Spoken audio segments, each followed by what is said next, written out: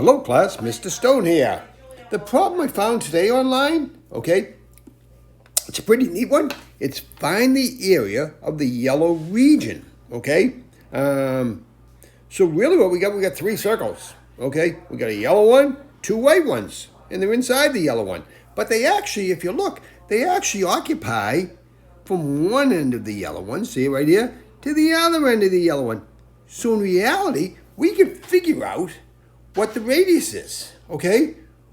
We can figure out the radius and the diameter of this yellow circle, okay, by doing this, okay? What I did above, because we have to figure out the area, so I put the formula for the area of a circle. See it right here?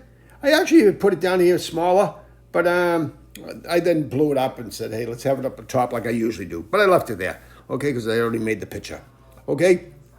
And the area of a circle is pi r squared right here, okay? Truthfully, you'll probably use this formula tons of times. So, I mean, just try to remember, area of a circle, pi r squared, okay? Pi, what we're going to use for pi, we'll use pi, okay? We'll make pi equals 3.14, okay?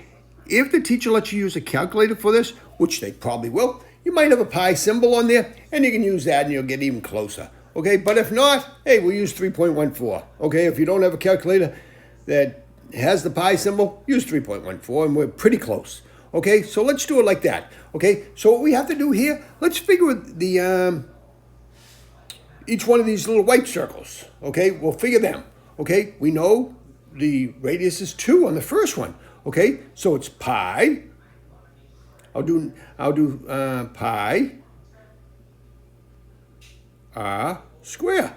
So let's do pi, 3.14. 3.14 times 2 square. Okay, that's 4. 3.14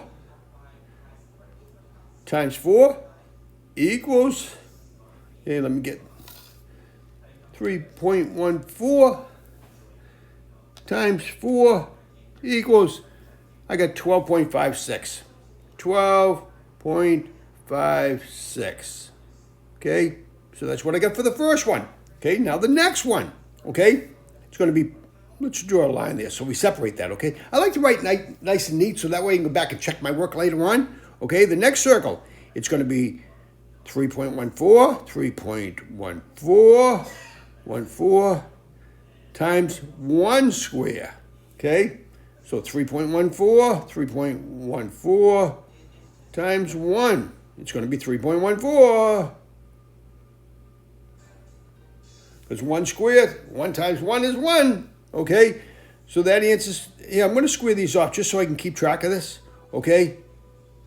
That way when I go back to use this, I can do it real easy. Okay, now, if we go straight across, we're going to have another 1 meter here, right? 1 meter. And another 2 meters. 2 meters. So, hey, what's the diameter of this big yellow circle? Okay, so we got a 2, a 1, and a 1. What do you think that figure? 6. So the radius, that's equals the D, the diameter. So the R is half the diameter, so it's going to be 3. 3 equals R.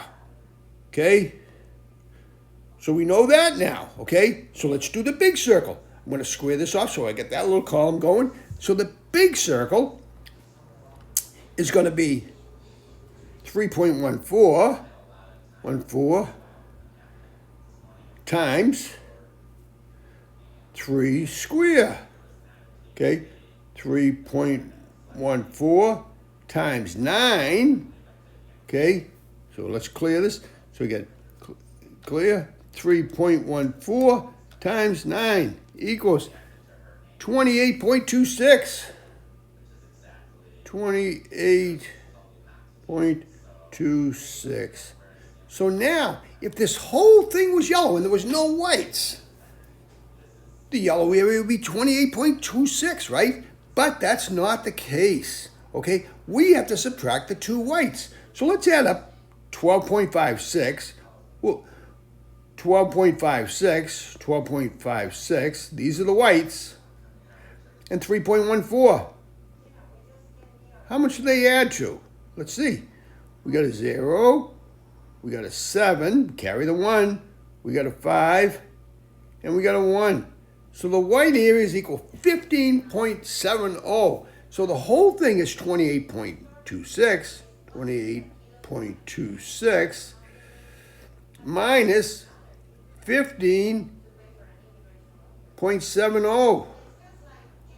So what's this figure to be? Let's subtract this. So we got a 6 there. We got a 12 if we carry over the 1, right? So we got a 12, we got a 5.